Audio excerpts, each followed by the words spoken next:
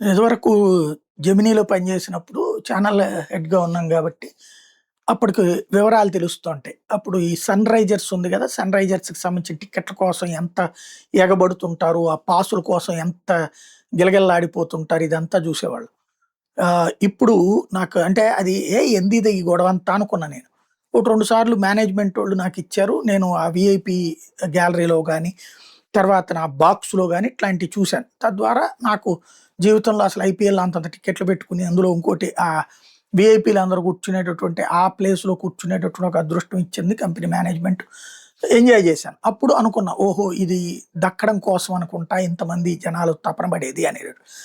ఇప్పుడు జూస్తే దానికోసం ఎంత తపన పడుతున్నారంటే కర్ణాటకలో ఎమ్మెల్యేలు, ఎంపీలు ప్రభుత్వాన్ని నిలదీశారట.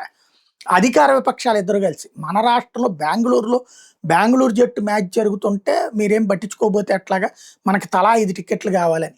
మామూలుగా ఇదివరకు ఒక టికెట్టు అక్కడ గౌరవంగా ప్రతి ఎమ్మెల్యేకి, ప్రతి ఎంపీకి ఇచ్చేవాడు. అది 5 కావాలని వీళ్ళందరూ డిమాండ్ చేశారట.